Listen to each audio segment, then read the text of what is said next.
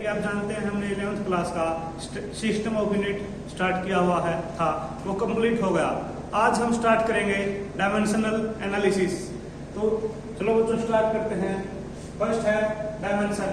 Start करने से पहले हमें टॉपिक के नाम का पता होना चाहिए। डायमेंशन क्या होता है? Dimension is the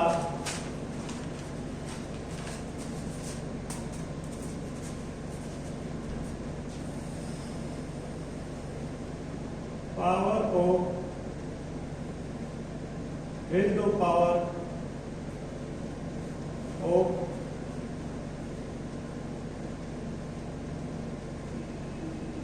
derived quantity in the term of physical quantity। देखो बच्चों अपने पास कोई डिराइव क्वांटिटी है। पिछले लेक्चर में पढ़ा था हमने डिराइव क्वांटिटी और fundamental physical quantity. Fundamental physical quantity अपने पास 7 थी। Mass, length, time, temperature, current, luminous intensity, quantity of matter.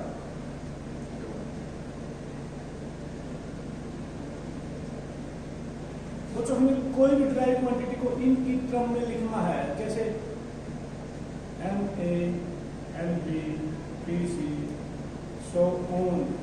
तो ये हमारा डायमेंशन है। ये जो रेज़ टू पावर, ये हमारी डायमेंशन है। तो हम इसमें एक एग्जांपल लेते हैं। डिस्टेंस।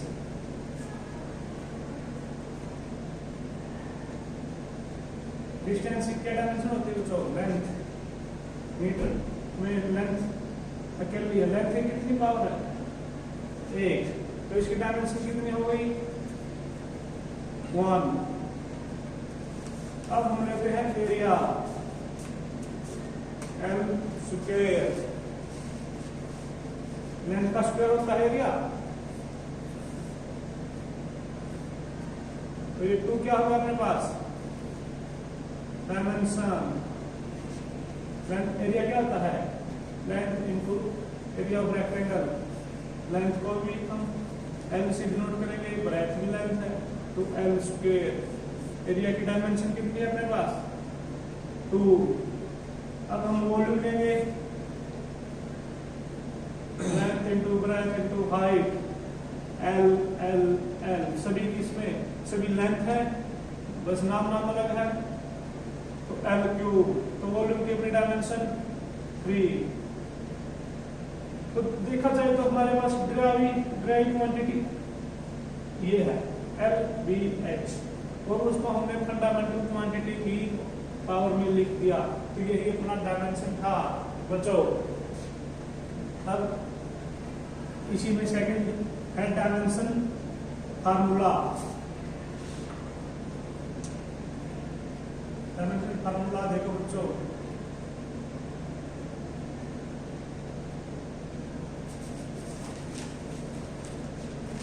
डेफिनेशन देखो बच्चों एक बार। Any derived quantity are expressed in the power of physical quantity in this bracket। बच्चों ये डायमेंशन फार्मूला नोट करने से पहले ये बात इंपॉर्टेंट है। डायमेंशन फार्मूला इसी के अंदर लिखा जाता है, X Y Z A B C। तो ये नोटेशन है डायमेंशन लिखने की।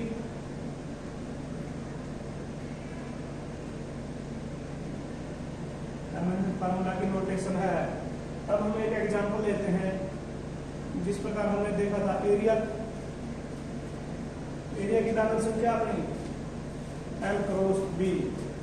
तो हम इसको लिखेंगे L cross L, L square. तो अगर हमने एरिया का डायमेंशन फार्मूला लिखना है, डायमेंशन फॉर्मूला ऑफ एरिया, अपने पास कितनी बेसिक फंडामेंटल क्वांटिटी हैं? 3 बेसिक हैं, मास, लेंथ, टाइम। तो एरिया में मास का कोई इफेक्ट है, फैक्टर है? m की पावर कितनी है? 0। तो m की पावर 0। इसको डायमेंशन फार्मूला को शो करने के लिए MA LB PC,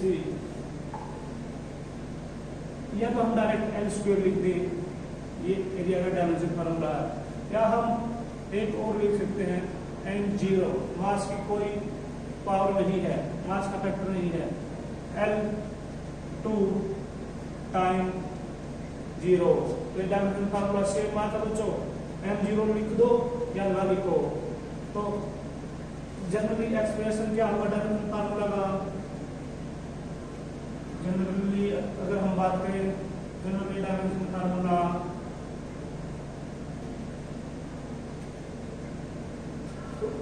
मास कितनी पावर हो सकती है हमें नहीं पता बच्चों, कितनी भी पावर हो सकती है तो हम A मान लेते हैं।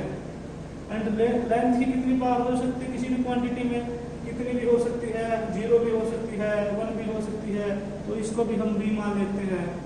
एंड टाइम भी अननोन है। तो ये अपने पास डायमेंशन फार्मूला की जनरल रिप्रेजेंटेशन है बच्चों। हर एक डायमेंशन फार्मूला ऐसे लिखा जाएगा, थोड़ा ध्यान दीजिएगा। ये ब्रैकेट लगानी बहुत जरूरी है, अगर हमने ब्रैकेट नहीं लगाई तो इसका मीनिंग बदल जाता है। अगर ब्रैकेट लगी हुई है तो हमें कुछ देखने की जरूरत नहीं, हमें पता ब्रैकेट है तो ये डायमेंशन फार्मूला की नोटेशन है। तो अब डायमेंशन फार्मूला के बाद आता है वो जो डायमेंशन इक्वेशन।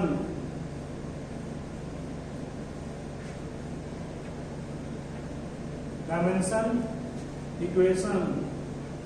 इक्वेशन क्या बच्चों?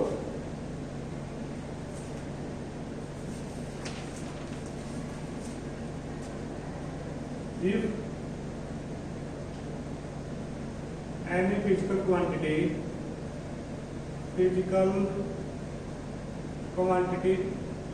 is equate to its dimension formula,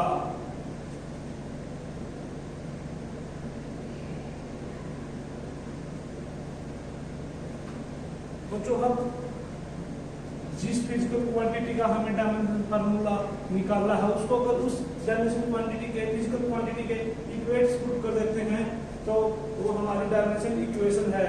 जिस प्रकार हम वेलोसिटी का एग्जांपल ले लेते हैं, एग्जांपल वेलोसिटी का बेसिक फार्मूला पता है बच्चों? डिस्टेंस अपॉन टाइम, डिस्प्लेसमेंट बोल देते हैं, वेक्टर क्वांटिटी है, डायमेंशन फार्मूला सेम रहेगा। तो डिस्प्लेसमेंट को लेंथ L1 टाइम T1। तो जब हम इसका वेलोसिटी का डायमेंशन फार्मूला लिखेंगे तो M0 L1 T ऊपर जाके नेगेटिव T-1।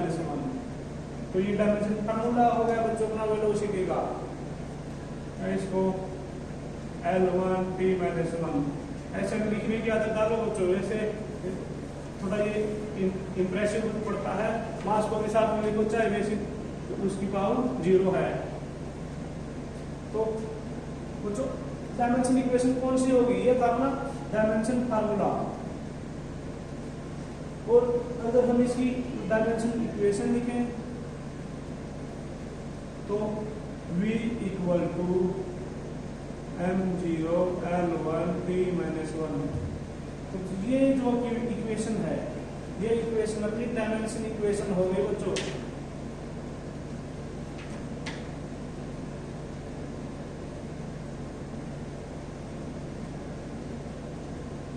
तो थोड़ा ध्यान दीजिएगा, डायमेंशन फार्मूला में और डायमेंशन इक्वेशन में सिर्फ इसको इक्वल टू करने का डिफरेंस है। अगर अकेला ये दे रखा है M0 L1 T-1 तो डायमेंशन फार्मूला है, अगर उसको इसी की फिजिकल क्वांटिटी के सामने इक्वेट कर रखा है इक्वल टू वेलोसिटी, तो ये हमारी डायमेंशन इक्वेशन में कन्वर्ट हो जाता है बच्चों। वो जो हमारे पास 4 टर्म है डायमेंशन से रिलेटेड, उनको वन बाय वन स्टडी करते हैं। फर्स्ट है बच्चों डायमेंशन, डायमेंशनल, डायमेंशनल कांस्टेंट। तो नाम से क्या पता चला हमें? डायमेंशनल मतलब उसके पास डायमेंशन है, एंड कांस्टेंट तो वो वैल्यू कांस्टेंट है, फिक्स है, और वैल्यू में कोई भी चेंज नहीं है, no change in the value. तो डेफिनेशन क्या बनेगी? Dimensional constant, dimensional constant is that physical quantity, that physical quantity which have dimension but these value is constant। तो अगर हम इसके एग्जाम्पल की बात करें तो एक कैपिटल जी होता है ग्रेविटेशनल कांस्टेंट। आगे चल के आएगा तुम्हारे ग्रेविटेशन यूनिट में ग्रेविटेशनल कांस्टेंट, इसके बारे में तुम वहां पे और ज्यादा डिटेल में पढ़ोगे। इसको कैपिटल जी से डिनोट करते हैं। न्यूटन लॉ ऑफ ग्रेविटेशन होता अपने पास, वहां से इसको निकाला जाता है। तो यहाँ से जी को निकाल लेंगे तो F(r²) n1 m2। तो अगर हम इसके डायमेंशन फार्मूले की बात करें तो फोर्स का न्यूटन, यूनिट की बात करें क्योंकि यूनिट होगी इसके पास न्यूटन, फोर्स की यूनिट न्यूटन है, मीटर स्क्वायर, किलोग्राम स्क्वायर। तो ग्रेविटेशनल कांस्टेंट की वैल्यू क्या है अपने पास? 6.67 × 10⁻11 newton metre square kilogram square. तो चाहिए ऐसी वैल्यू है जो कांस्टेंट है, एक्सपेरिमेंटल प्रूफ है बच्चों। ये वैल्यू 6.67 × 10⁻11 ये इसकी यूनिट है, तो ये डायमेंशन को शो कर रही है, ये यूनिट डायमेंशन को शो कर रही है, एंड ये कांस्टेंट है। तो डायमेंशन है, कांस्टेंट है, फिक्स वैल्यू है, इसमें कोई चेंज नहीं आएगा। कभी भी कहीं भी इसको हम direct as it is use कर सकते हैं बच्चों। तो सेकंड टर्म है डायमेंशन वेरिएबल। तो dimensional variable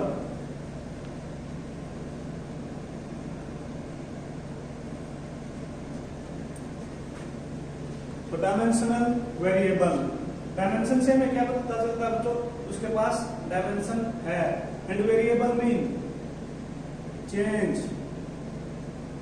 value, no fix value, fix नहीं है, उसमें वैल्यू में चेंज आ रहा है। तो ऐसा कौन सा है, कौन सी क्वांटिटी है फिजिकल क्वांटिटी जिसकी वैल्यू में चेंज आ रहा है लेकिन उसका डायमेंशन फिक्स है? तो डायमेंशनल वेरिएबल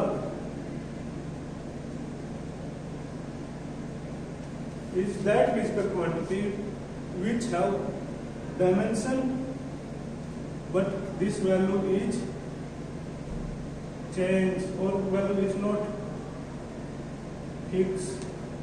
तो बच्चों अगर हम एरिया की बात करें, एग्जाम्पल अगर हम एरिया की बात करें तो सर्कल का एरिया ले लेते हैं, कुछ रेडियस है,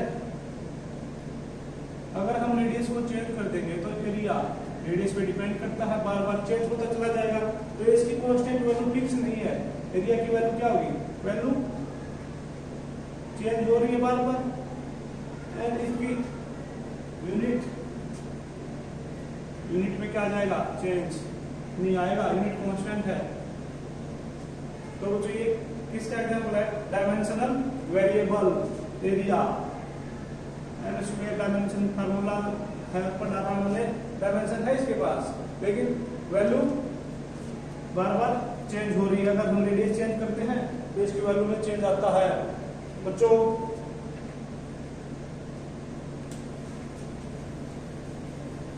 अब हमारे पास थर्ड है dimensionless constant. Dimensionless constant.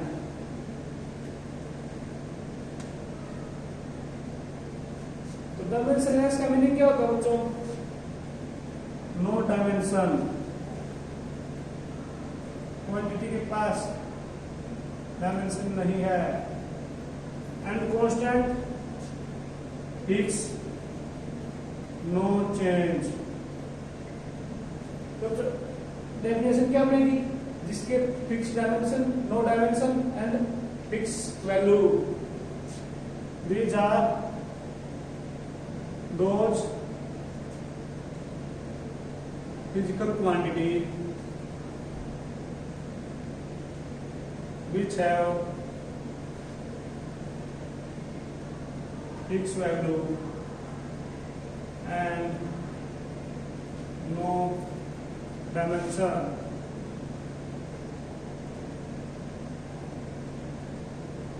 तो इसका एग्जांपल क्या होगा बच्चों? Dimension less constant. तो तुमने कुछ एक मैथ में यूज किया होगा टर्म पाई, तो इसकी कोई डायमेंशन नहीं है बच्चों, और इसकी वैल्यू हमें पता है। तो बच्चों ये क्या value? Constant and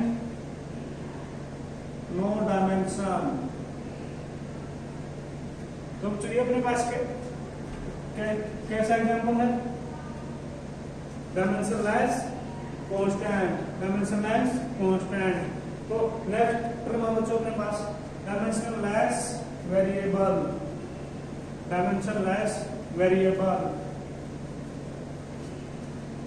dimension less variable. तो डायमेंशन लेस बच्चों no dimension, variable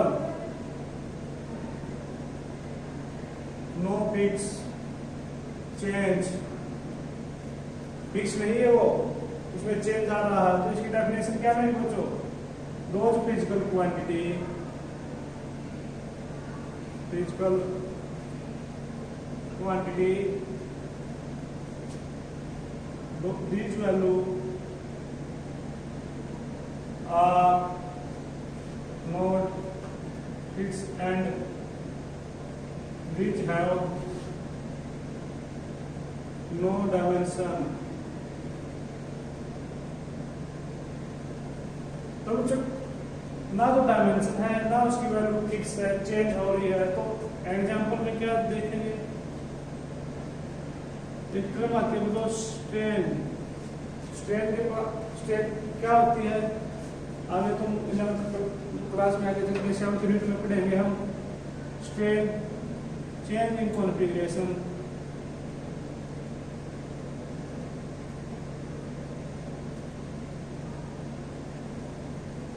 original configuration.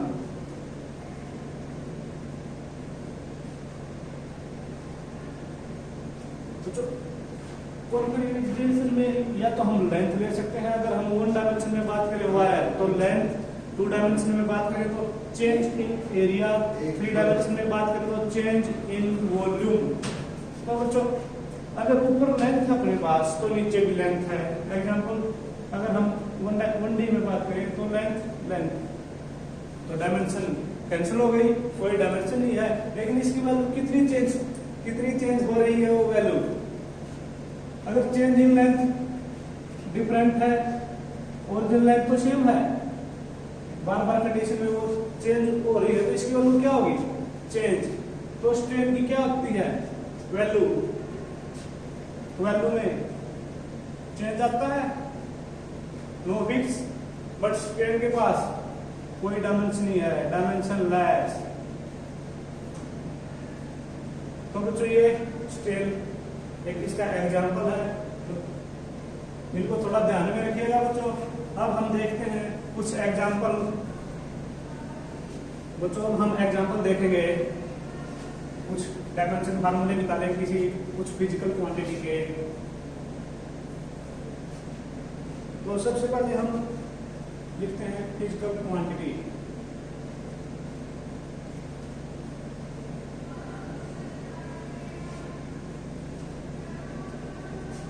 First कौन सी लेंगे हम, सीरियल नंबर, डिस्टेंस,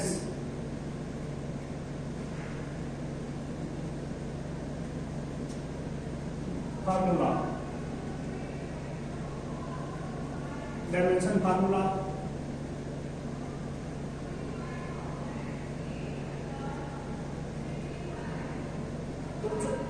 डिस्टेंस का बेसिक कोई फार्मूला नहीं, सिंपल लेंथ है,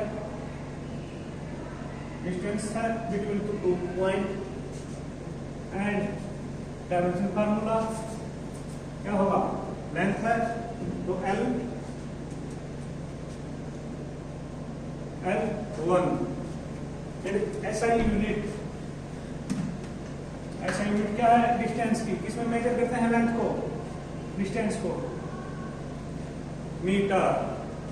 तो हमारा सेकंड एग्जांपल है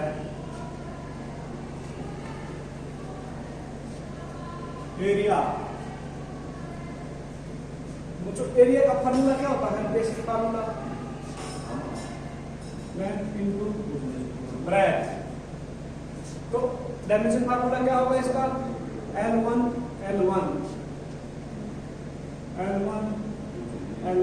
लेंथ को भी L1, ब्रेथ भी लेंथ, तो L स्क्वायर। तो इसकी SI यूनिट क्या होगी, L स्क्वायर, लेंथ मीटर में तो मीटर का स्क्वायर। कर लेते हैं बच्चों हम वॉल्यूम। वॉल्यूम का फार्मूला क्या होता है बच्चों, LVH। तो डायमेंशन फार्मूला क्या लिखेंगे इसका, L1 लेंथ को L में, V को L में, H को L में, तीनों लेंथ हैं, बस नाम चेंज कर रखे हैं, लेंथ ब्रेथ हाइट बोल देते हैं इनको, लेकिन ये लेंथ की ही यूनिट है तो L1 तीनों को साथ में लिखेंगे तो L क्यूब। बच्चों ब्रैकेट लगानी बहुत इंपॉर्टेंट है, इसी से हमें पता चलता है कि डायमेंशन फार्मूला है, चाहे ऊपर हम लिखें या ना लिखें, ये ब्रैकेट है तो ये डायमेंशन फार्मूला है। तो इसकी SI यूनिट क्या होगी बच्चों, मीटर क्यूब। फोर्थ लेते हैं बच्चों हम वेलोसिटी। वेलोसिटी का फार्मूला क्या होता है बच्चों, डिस्टेंस कौन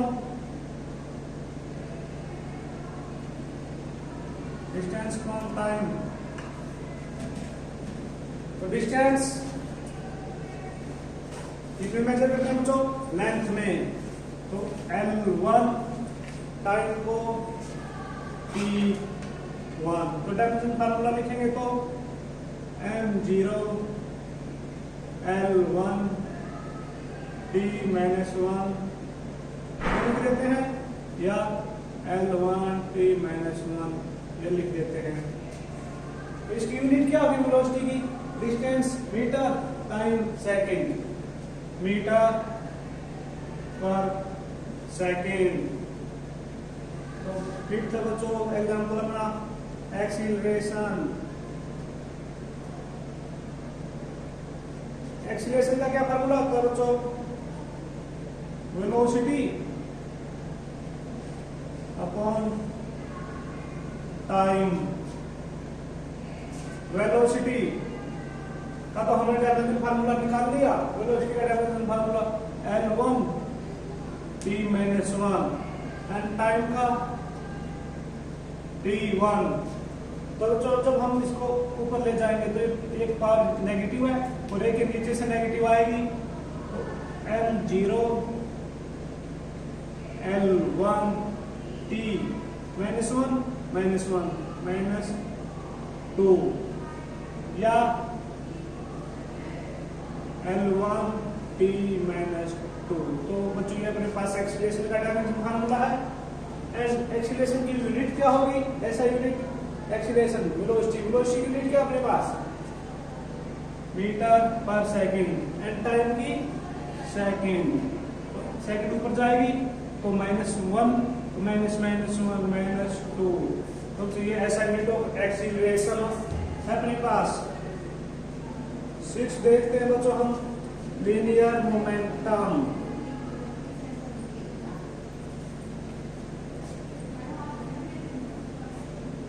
लीनियर मोमेंटम क्या होता है बच्चों अपने पास? Formula mass into velocity.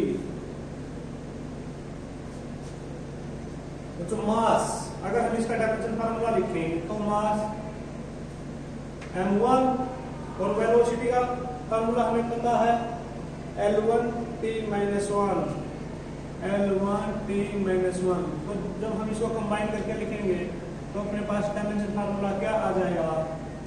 m1 L1 T minus 1। तो चाहिए अपने पास लीनियर मोमेंटम का फार्मूला, डायमेंशन फार्मूला। और इसकी ऐसा यूनिट क्या होगी लीनियर मोमेंटम की? मास को हम किसमें,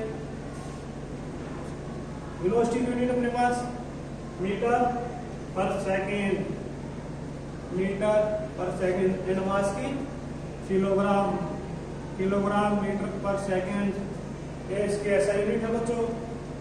7th एग्जांपल है बच्चों अपने पास फोर्स। फोर्स का फार्मूला क्या होता है बच्चों? मास इनटू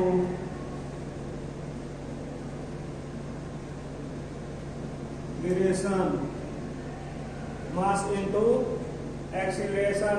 अगर हम डायमेंशन फार्मूला निकालें तो मास का हमें पता है m1 एंड एक्सीलरेशन का भी हमने निकाला है L1 T minus 2 L1 T minus 2।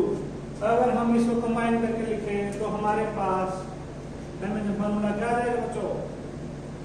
m1 L1 T minus 2।